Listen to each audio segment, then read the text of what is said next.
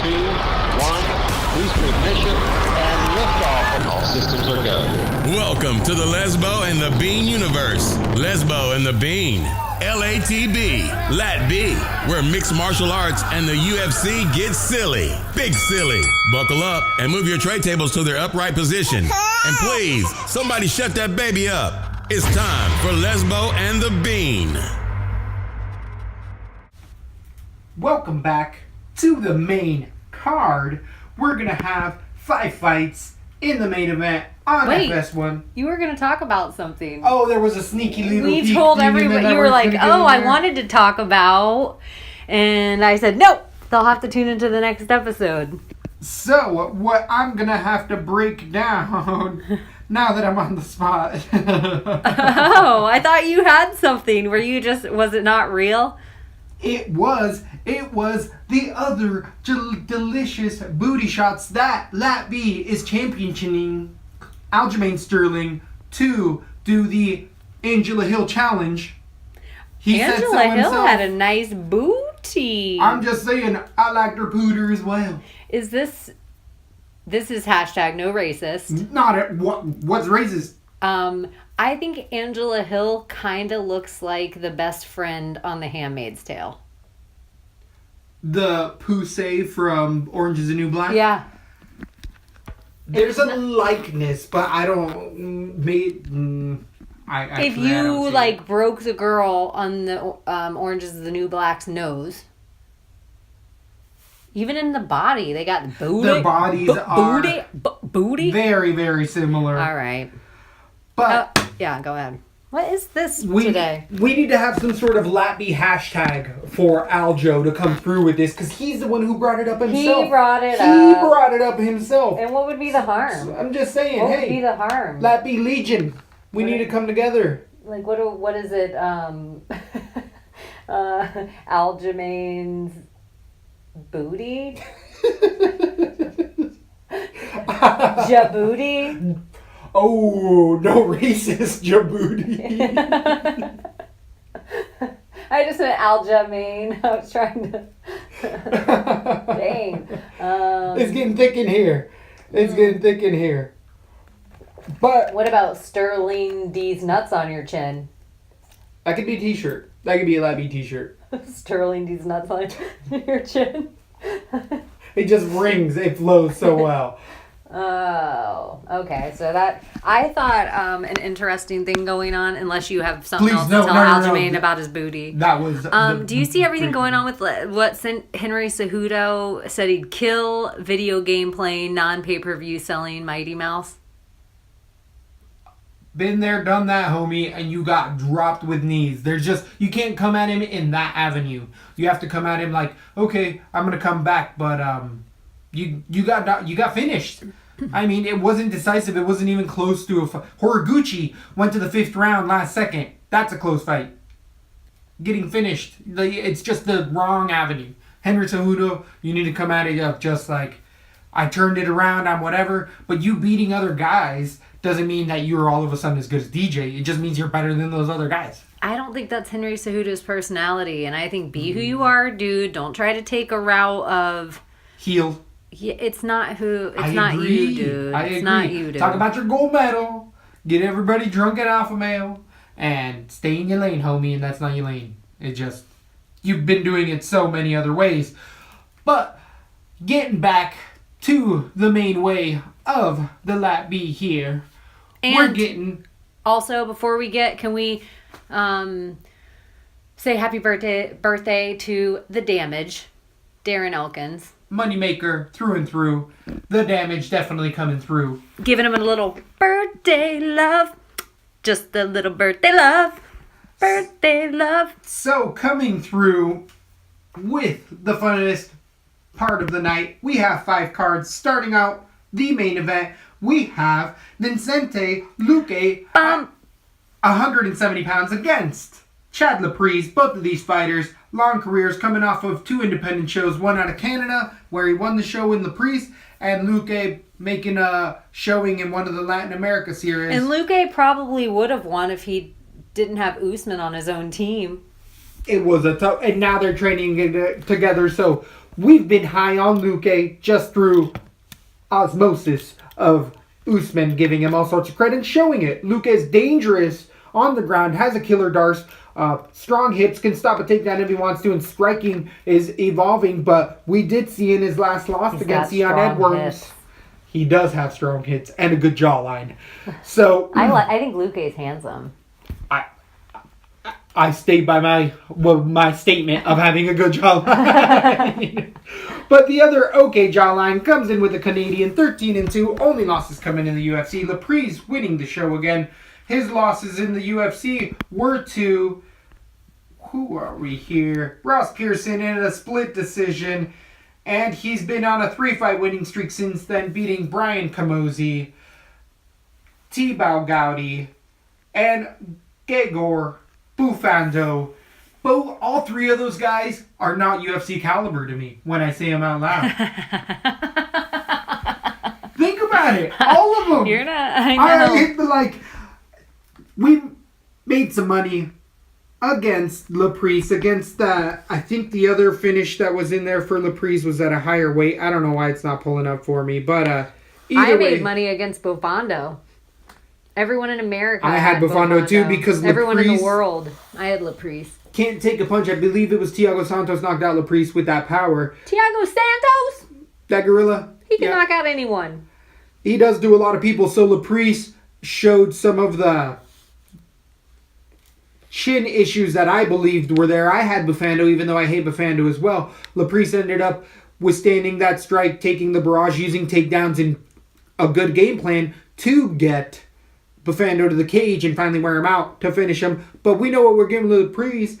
Good cardio, okay takedown defense against subpar competition. Good boxing. He really actually uses boxing very traditionally in there. And on the ground, he's serviceable. He's not going to be submitting too many people, especially like a caliber of Luque. So I think all the way around, especially with that power advantage, I'm going with Luque. TKO round 2, I think Laprise stands his own in the first round and gets picked apart at the end of that first. It might come. But I do see Luque, and I do believe Luque's even fought at 185 at one point in his career. He's just going to be a big 170er against Luque's. Maybe walks around at 175 naturally, 180. So going with Luque. Finish. Gonna be putting him on my cards. I don't care what he costs. I'm gonna make room. How about you? Oh. I have Luque by a submission in round 3. I think he can figure out how to do it. That being said, I'll play him on a lot of my cards. Chad Laprise has hidden, sneaky friggin' power because his build doesn't show it. Uh-huh. I don't know why I think this, but I don't know. Is Luque chinny? Does he get so hurt in fights that I don't think so. I almost feel like some of those submissions, he was so friggin' hurt and did them in, like a reaction. Yeah. So, Luque submitted Nico Price, who Latb loves all day. I love Nico. He lost to Leon Edwards in a decision. Then he beat Belal Muhammad, who I've made all sorts of money betting on Belal. He also is Urbina, who doesn't deserve to be in the UFC, and Herrera, who's iffy in there as well. But I think the caliber of fighters he's beat as of late is higher than Bufando. Bufando's scarier, but he's not a better fighter than those guys. I agree. The Leon Edwards decision for Luque, he did not show up. He didn't look good either. At the weigh-in, he looked like shit. He wasn't cut up, but the gyms had just fallen apart at that point. Yeah, you're right. And now he's come back with the fight camp with a full gym, whether he's at the Armory or wherever the other establishment is. Now he's got training partners, and I do believe... I'm going to pay attention to this weight cut, too, because I also think the weight cuts are hard on Luque.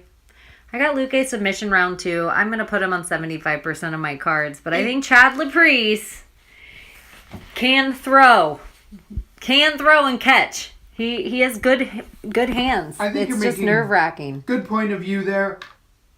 8,800 on DraftKings for Luque against Chad Laprise, 7,400. We're also going to the betting lines with Laprise being the plus 175 underdog against Luque's minus 210. So Bet money on Luque, I think. I still think because there's I room think to the be lines made. are going to change. It'll be. I think Laprise could be an over 325 by fight time. Oh, okay. You think the steam's going to keep on coming in because it did open up actually with Luque being the slight. Well, he was already the favorite at minus 265 and has been bet down to minus 210. So I think it'll blow up again. You're going to think it's going to fluctuate out. Yeah. Fun to see one. I'm actually more excited for that than I thought I was initially going to be. That is a great way to start the night. It should be higher on the card. And this next fight that we're moving into should not be on the card, or it should be not on the main card. We have debuting Angela Lee against Veronica Mercado. Mercado coming in, losing to Ashley Evans-Smith in her debut a year 7 months ago. Ashley Evans-Smith. 5-1. Mercado came in with a bloated record at 125. Mercado has rudimentary striking, no takedowns, and on the ground can scramble and do all sorts of stuff, but she can get submitted just as quickly just because there's not that much control in there. Angela Lee is coming off of a suspension for popping on supplements That's what I like to hear. Exactly. If you don't know KGB, she is definitely an Invicta Karate Mafia MMA native out of Louisiana. She's had a long fight career, got into fighting later on in her career, but really has that Leslie Smith spirit. Isn't out of a fight ever. If she is in there, she's moving forward and striking, has good kickboxing, karate style. She's not Russian at all. Her husband just thinks she's Russian, puts a cowboy hat on her, and that's why she's KGB. KGB has shown a good gas tanking on the ground. She can tend to get into scrambles, so I think this can be Reversal City type of a fight. But that's the caliber of this fight, where it shouldn't be on the main card and on the prelims because this doesn't bring in fans. I don't know if the local, or if there is a local Venezuela in Chile, are they near each other? It's a Latin America versus an American, and I got KGB for the decision, if not finish. Would you say this is purely Fox, like, fuck you, Fox? Pardon my French. We are in Chile, it's okay. Yeah. So, do you think they're like, whatever, we're not giving you our contracts over? Yeah, we're just going to throw them on there. Yeah, there's some cards. Moreno Pantoja 2 could be on this main card. Easy. That's a way funner fight. I wonder... This is going to be a slop fest. Potentially, if not, Lee gets an early finish because I do think Lee also has good takedown defense and strong striking. She was in contention for that belt at Invicta constantly and has really tightened up her game. Even with an 8-2 record, being 29 years old, she's 3 inches taller than her 23-year-old predecessor in Mercado. Yeah. How do you feel it goes down by the end of the night?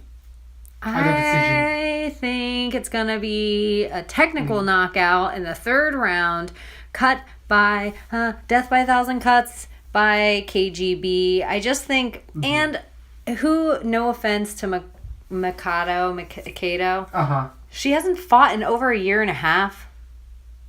That's a long time. That's a long time out. We got to see the scale. Both of these ladies, again, are very young in their UFC careers. Well, Andrea Lee, or at least weighs an under. Mikado's stepping down from 135. So maybe, I will say maybe benefit of the doubt that it wasn't her. There wasn't her weight class yet. There wasn't her weight class yet.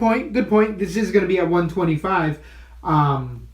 Are you going to put Angeli on many cards at 9,200 for a debut fighter against Mercado's? No, I actually think there's money to be made on Mikado here. Now at 7,000? Now that she's stepping down from 135 and taking the time off, maybe it was a really intelligent time off to take. Going out like that gruesome elbow from Ashley Evans-Smith is some way to go.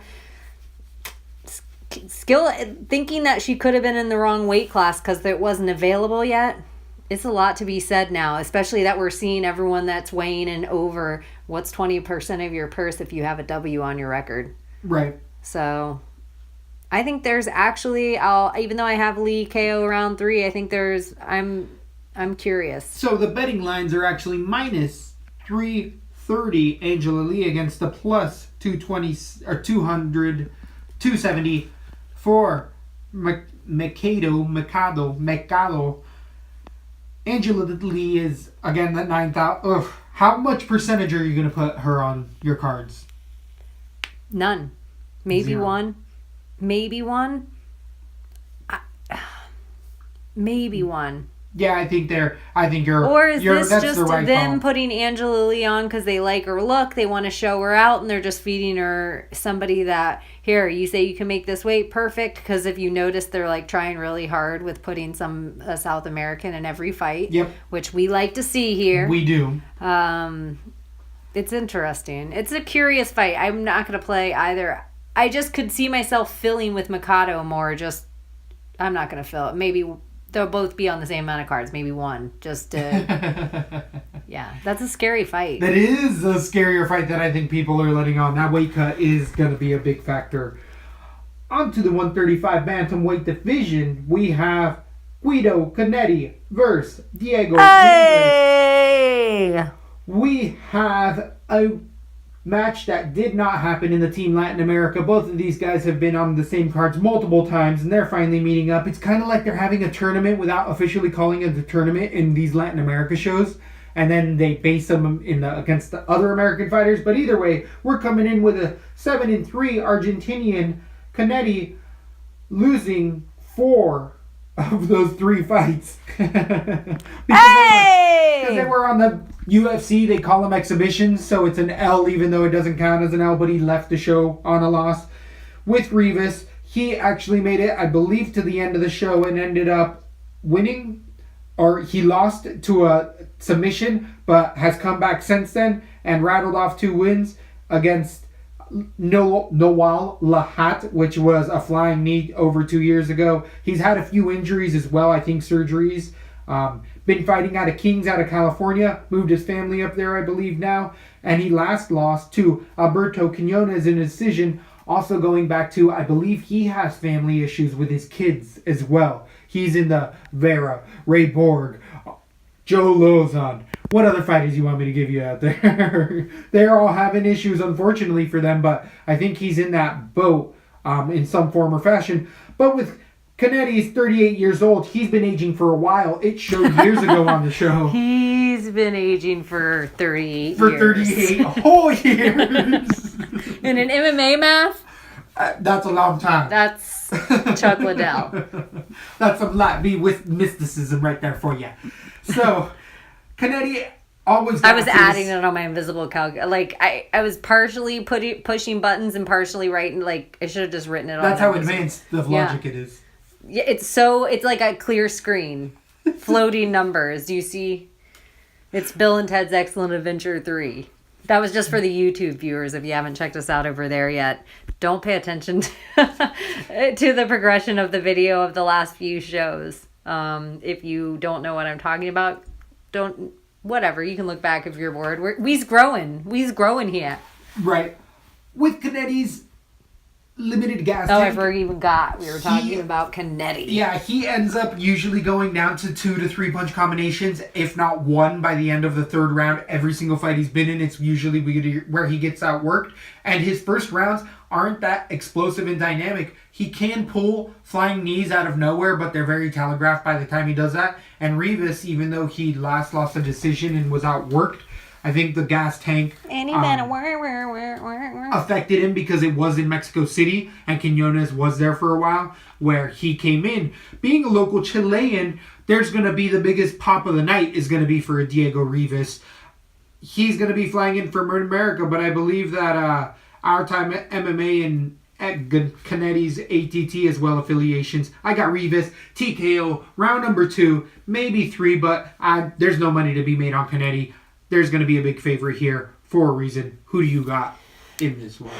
Canetti just too old. He just too old. Rivas going on the opposite direction of Latb. I love Rivas here. I think he's a handsome kid. He is going to be a hometown favorite. Everybody loves him. I think he's going to knock him out. But I think Canetti's harder to finish than everyone thinks. I think it's going to be the end of round 2, maybe round 3. Canetti's just a guy that you almost wish it would get called. It gets brutal, but the guy can take a punch.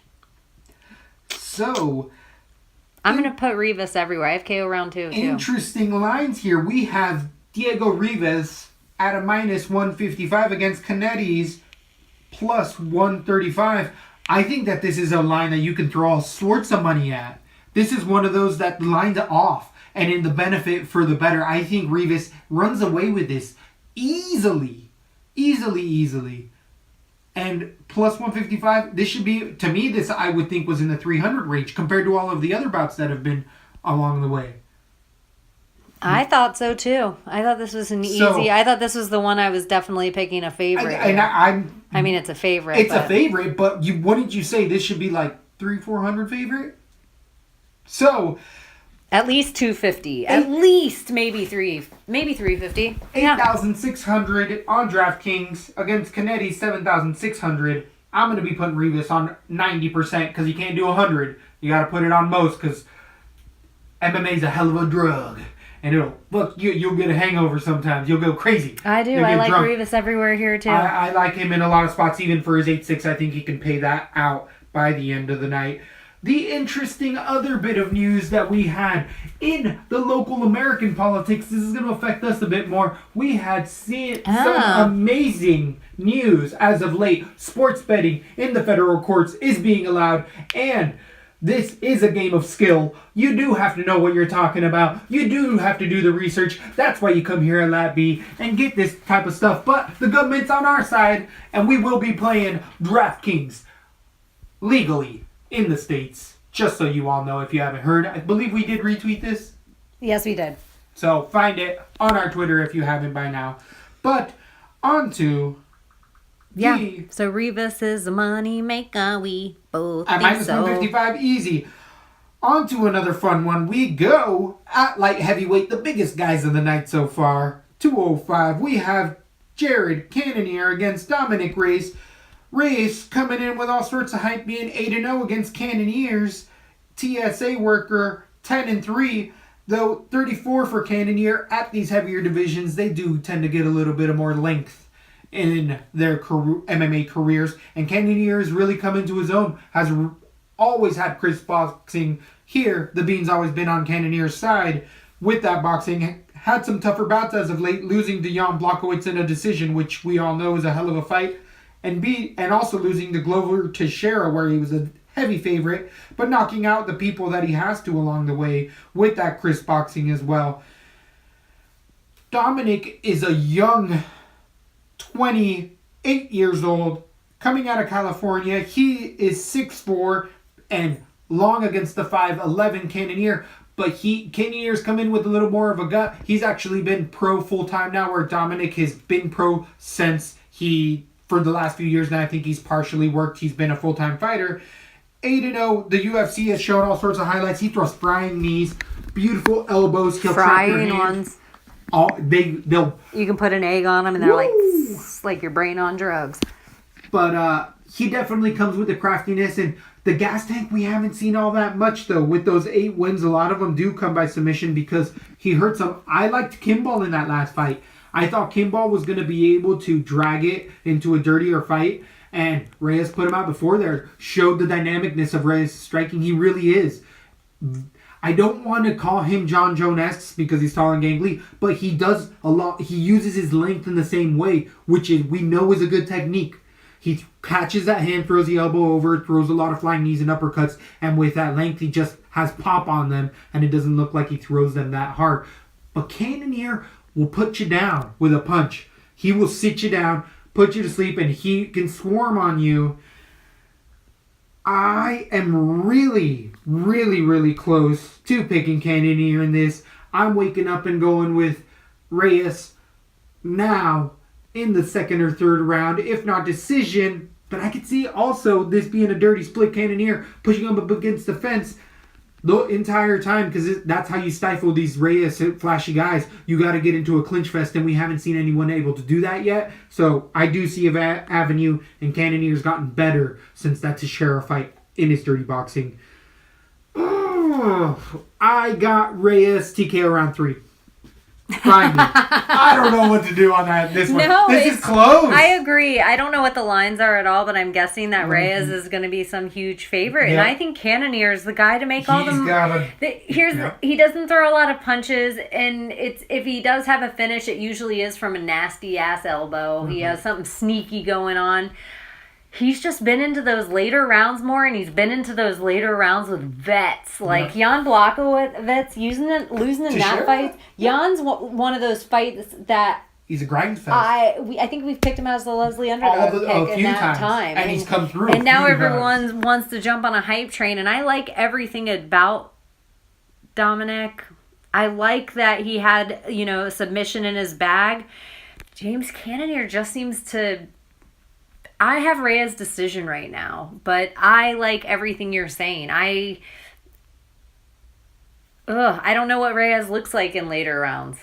I don't know if he's going to lose some of his steam, and then Cannonier's going to come in with some ground and pound, or an elbow up against the cage. Yep. So I think this is a little too much too soon. If the UFC wanted to make a guy, grow Reyes, I think there's better fights they could have given him here.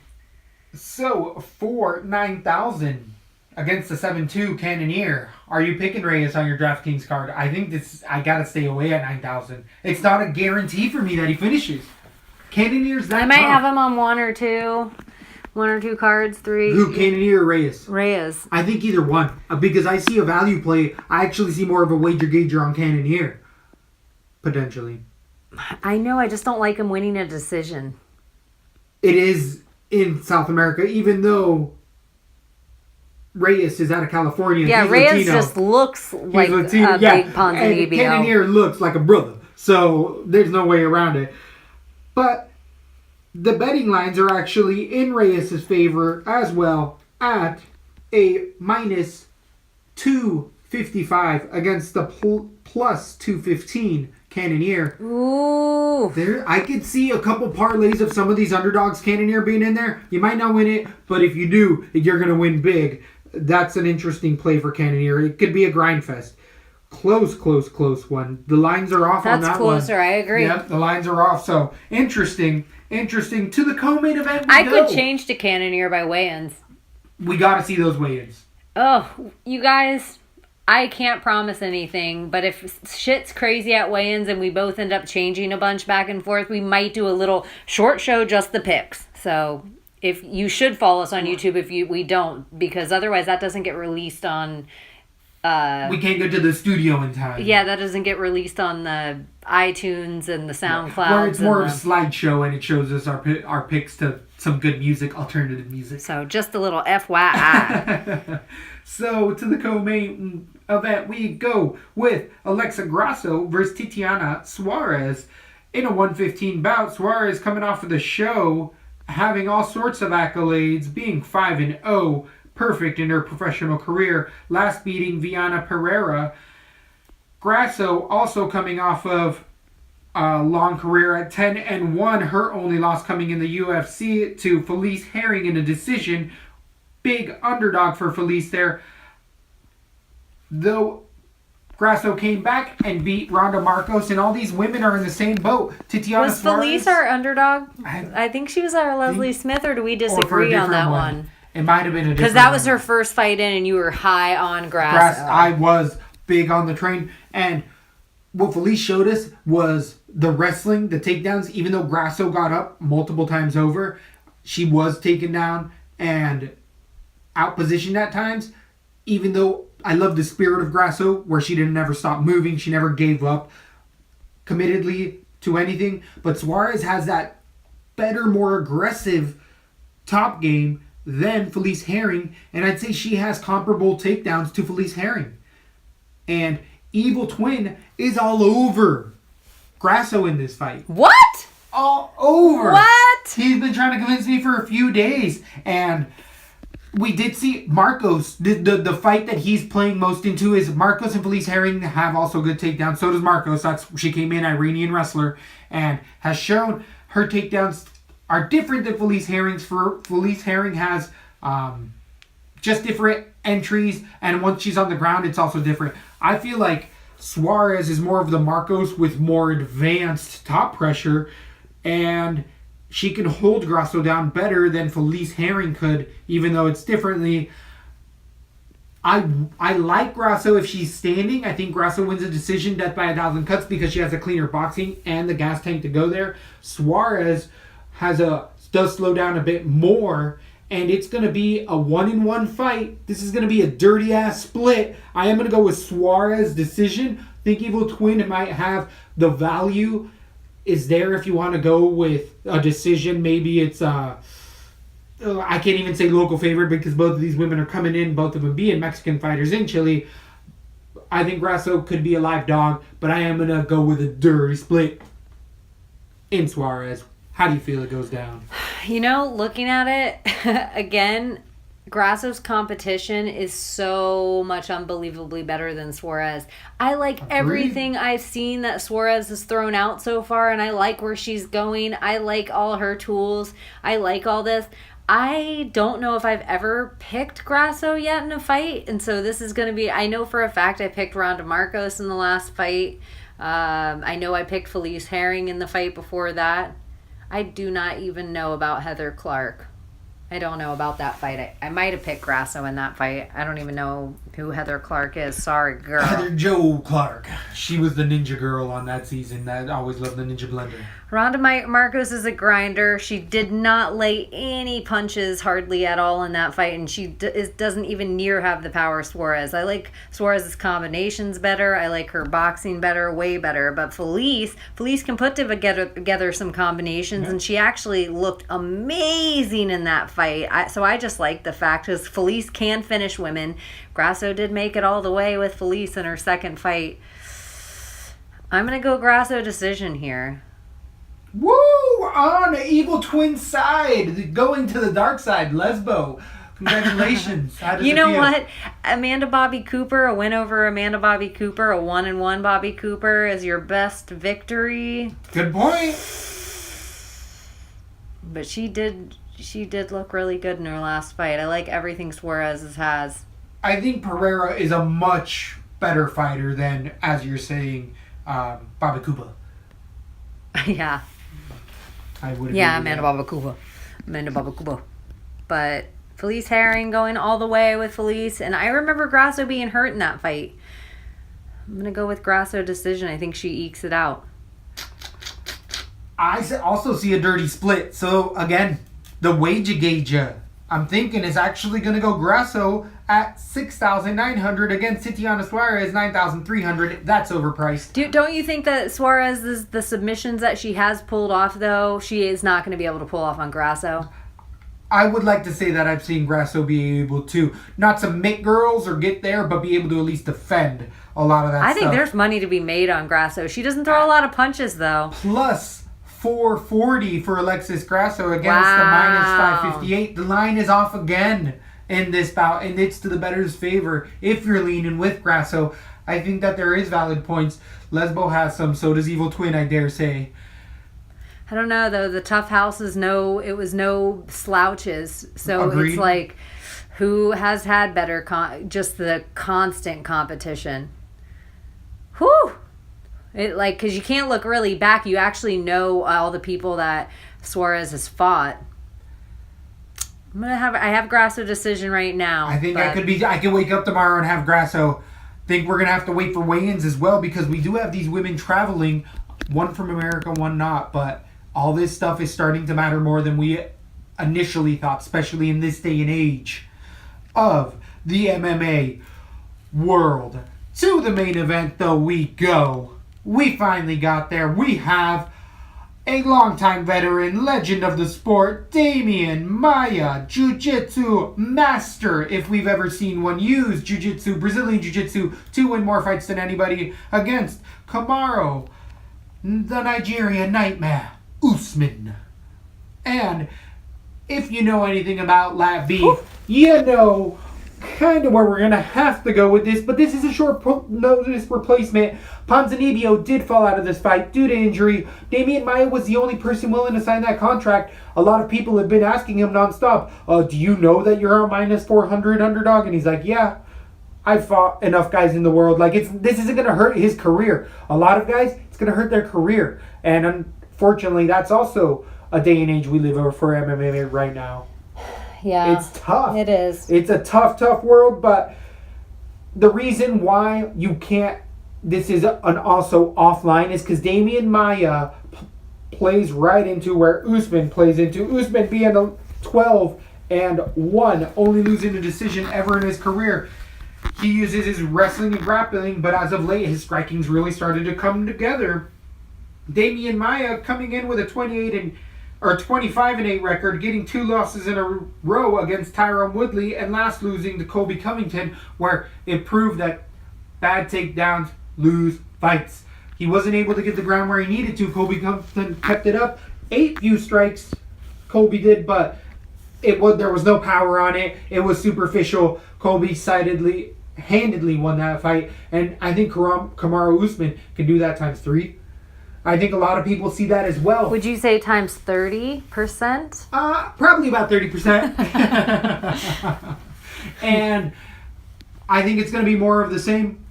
We all know this is, if there was a setup fight, it's not even a setup fight because it's short notice, and luckily we have fighters like Damian Maia who say, fuck it, I'm getting in there with anybody because there's nothing else to lose. Hopefully they don't take too much damage for Damian Maia is kind of where I'm at in his career. Hopefully he doesn't get to the ground because you got to trust us, man. And minus 400 is just a little steep for me on this. It's a little steep. I think it should be 2. Minus 200 Usman. Because it's still Damian Maia, and it still plays into the most comfortable spot for Usman becomes the most dangerous spot for him to be. And Usman was training for Ponzinibbio, who's a striker, no submissions.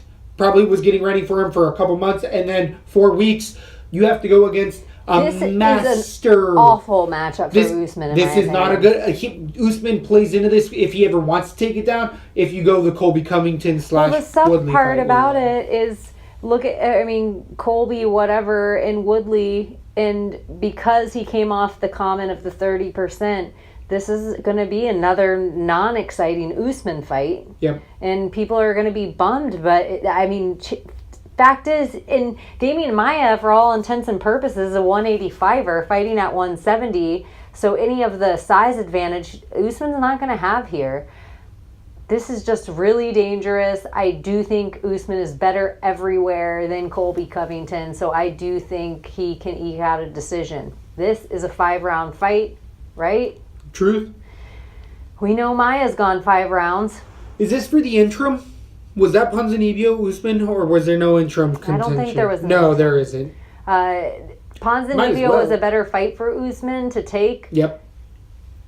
I agree with that. I hope the way, because we also are seeing a fresh we didn't see a fresh Maia with Colby at all. He was too close off his last fight. But we're seeing a fresh Maia now, even though it's short notice, if he's always trained. We know his game plan. Right. It's not like we know his game plan. So if Usman beats him handedly, I think he puts his name in there to finally get the fights that he wants to get. Maia's a gatekeeper, for sure. Definitely a gatekeeper. I got Usman decision. I think he'll have the cardio for it. I think he'll be able to put the combinations together, play the round smart. I think he is a next level guy. I think he is the future champion, and you have to go through Maia before you even get an opportunity to talk about that. I agree. Belt. It is that next level. It is actually a better fight for Usman than for his Ponzinibbio. climb. For his climb. Right, for his stats. So bigger name to take down. Totally. Damian Maia is 6,700 on DraftKings against 9,500 Kamaru Usman. Is it worth it? I think Usman finishes it in the 4th Usman or 5th lays a lot of round. punches. I think Usman takes Maia down. Isn't that the craziest? I can picture him doing it. Right. I don't think he stays down with him. I think he point fights Maia in a smart way. I agree. I think that he keeps it up, and eventually that striking adds up enough to where it's over. 400 Damian Maia to be the underdog. Too much. I think I like can't 175. Yeah, exactly. I'm saying 2 to 1. Yeah, I'm I saying agree. 2 to 1 I agree with you. For Usman, but it's way too much. And it would be a damn fucking shame to me and a huge bummer if Maia grabs that neck. Like you can see, it is Damian Maia, and it would be such a bummer just because it'd be like, now there's 3 fights he's going to have to fight again to get to here. Do you want a little bit of betting advice at the Beans? I feel like it's happened enough where I'm like, oh, maybe I want to tell the fans, or maybe I want to keep making money for myself. Maybe I think the line's big enough that I can let it out. You can tell our fans. All right. If they keep it a secret. If they keep it a secret. Now, this isn't one of those bets that I would say put like 2 or 3 units. This is like a half a unit play if you want to. But it's Usman in the 4th or 5th. You're getting plus 2,000, plus 2,500, which I cashed against Pennington in the 5th. Or Nunes in the 5th. So even at a half unit at plus 2,000, plus 2,500, you're making money. You're making money. Now, I'm not telling you go crazy. I'm just saying put it up 4th and 5th. Usman, you might cover a couple other bets there. It'll work out. You might do all right. So we hope you like what you heard. And make sure you hit them bells. Hit them bells, hit them bells, hit them bells. We love you. Latb! Thanks for listening to Latb. For all things Lesbo and the Bean, head over to lesboandthebean.com or follow us on Instagram, Facebook, and Twitter.